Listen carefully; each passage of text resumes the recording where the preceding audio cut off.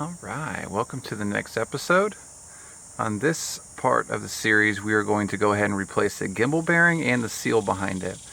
Now, you probably have seen some of my other videos on YouTube where I show how to remove the gimbal bearing. I think I have two specific videos on how to do it. This is going to add to that as well, mainly because this is the Volvo Penta. I think on the other ones it was just all done with the OMC Cobra, but pretty much the same, not very much difference from what I've seen so far. The only main difference here compared to, I've done one where the whole gimbal housing was out, and I've also done one when the motor was in afterwards too. I like this specific way because you need one less special tool to accomplish your task of removing the gimbal bearing and the seal behind it. So you may or may not have seen a tool like this. This is a tool that you use to remove the gimbal bearing. I can't think of another way to remove the gimbal bearing on OMC or Volvo Penta without a tool like this. Just go on eBay or Amazon. They have them for sale. Definitely buy one. I know you're thinking, oh gosh, it's $150. You know, that's a lot of money. I agree. But buy it and then return it if you're not planning on doing gimbal bearing anytime soon, which if you watch this video and study it pretty good, you won't have to replace it for quite some time. The gimbal bearing that's in here now, I don't know how old it is.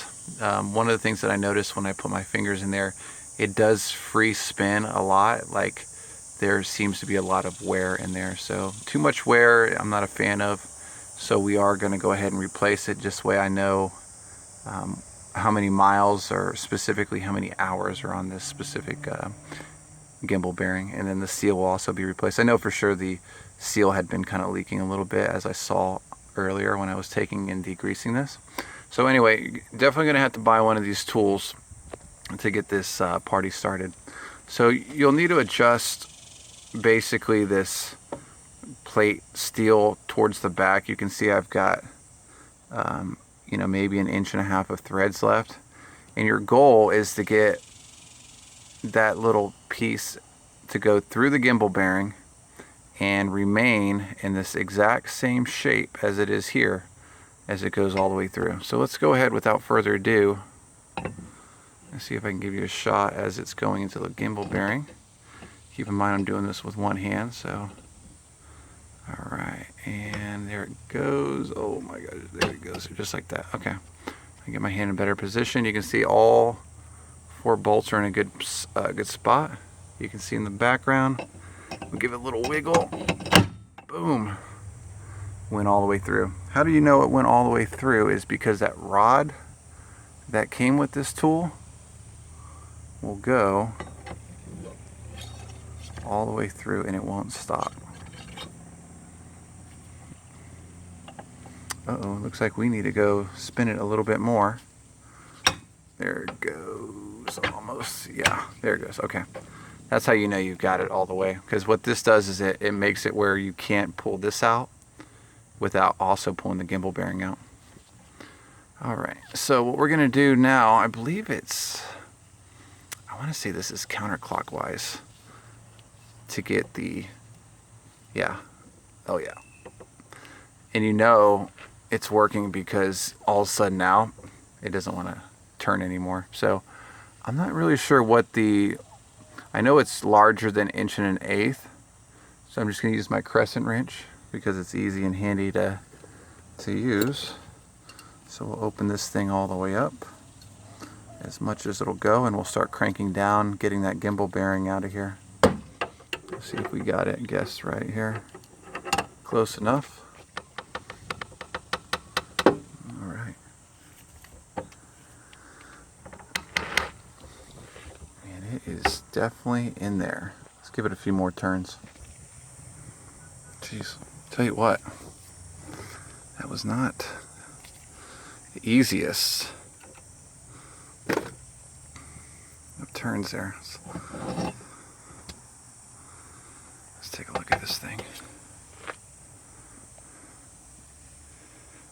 Alright, for reference, we got into a lot of arguments early on about this. Notches always go towards the back. This one here, the dot is towards the motor.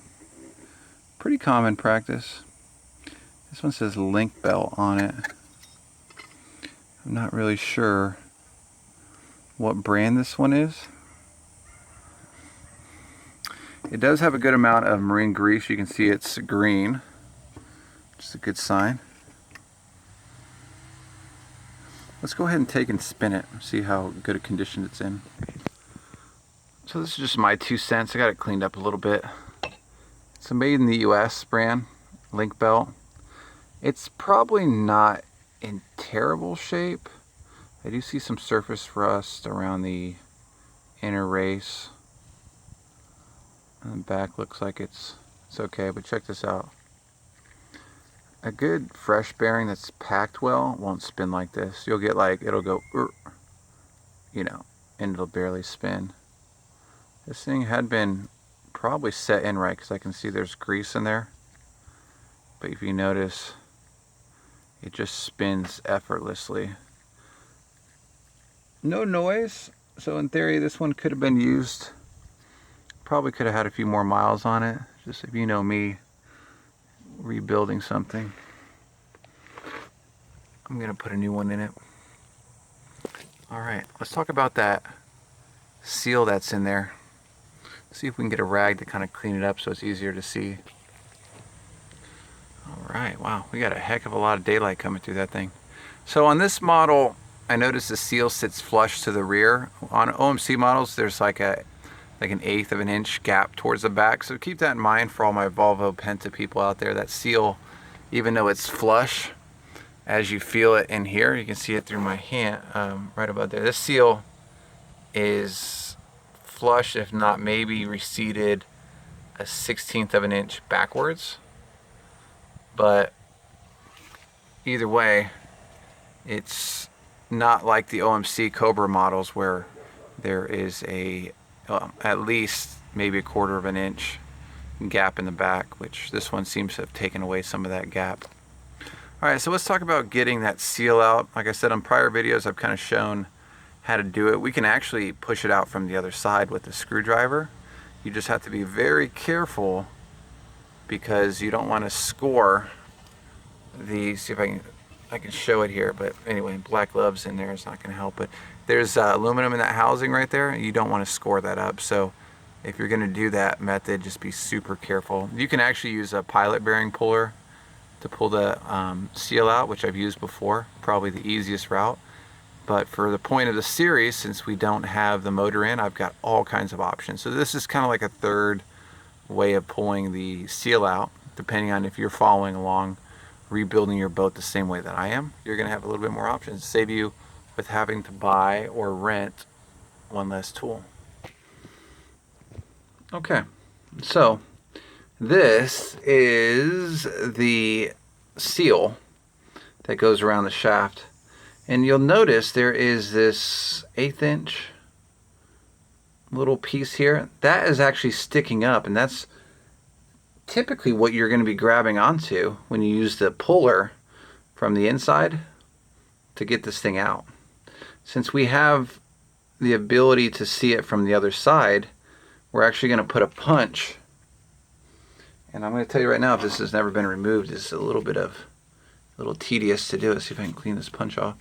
But what you're going to do is you're going to catch, without scarring the inside, you're going to catch this. See if I can get it to focus.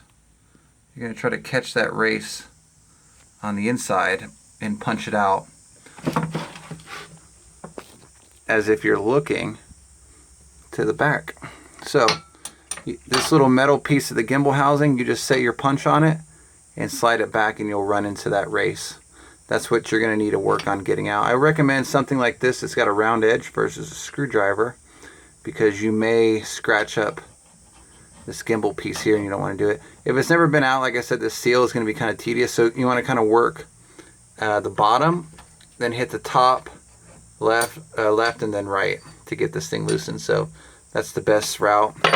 If you need, you can also use maybe a smaller punch to catch that seal better, but that's how you do it. There's a little lip, so the way you know you've hit it is put your your punch right here and slide it. And once it stops, that's your seal. All right. So it did take a little bit of effort. Bottom, top, left, right. Just keep doing it and try not to scratch this thing up.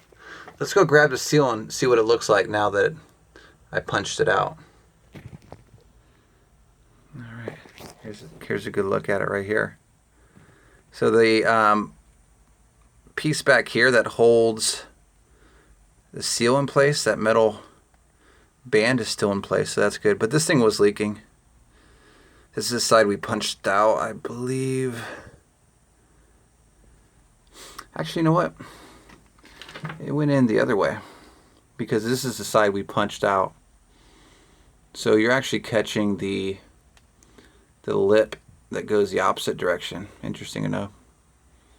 Yeah, because there's no dent marks on it. The dent marks are on this side. Good to know. All right, so I hope everyone saw that. All right, so just so you're aware, as you're in the back of the boat, let's move this away from my perfectly clean seal. This is actually the way, and we'll show you.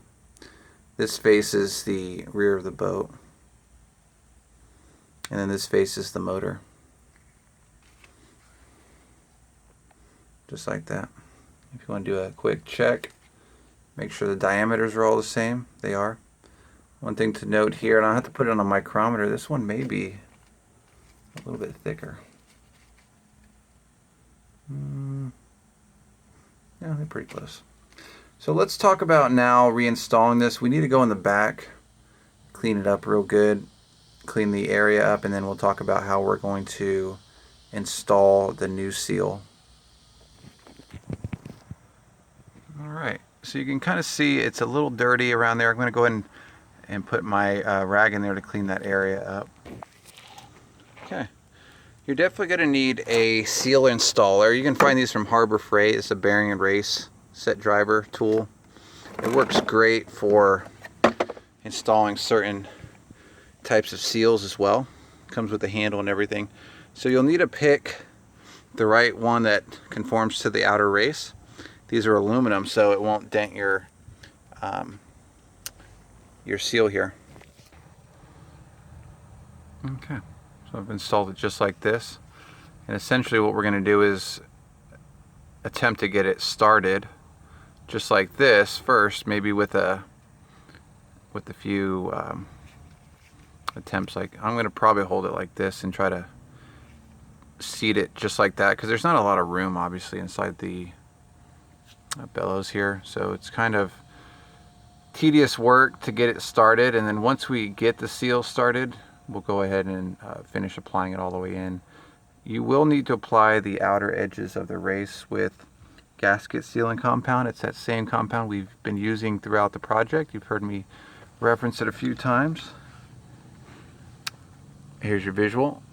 All right, so go ahead and apply that to the outer race, and you can also apply some in there as well, but it's required in the manual. All right, so let's go ahead and apply that and get this seal started. Okay, so just for visual reference, just make sure when you install this, see if I can get the focus here, you'll need to install it where you can see the silver band facing back towards you. That's how you know you're doing it right. So I've got my gasket sealing compound in there. Let's go ahead and work it all the way towards the back, and hopefully we can get this installed properly. All right, so all I did was I seated it in place with the gasket sealing compound just by hand, just by pushing all four corners. I'm going to take my little tool here now and slide it in there and see if I can get it to seal all by hand. I'm not going to use any mechanical items, just all using my force of my hand to push it in as straight as possible. And then I'll probably jump in the boat to make sure everything is going backwards correctly.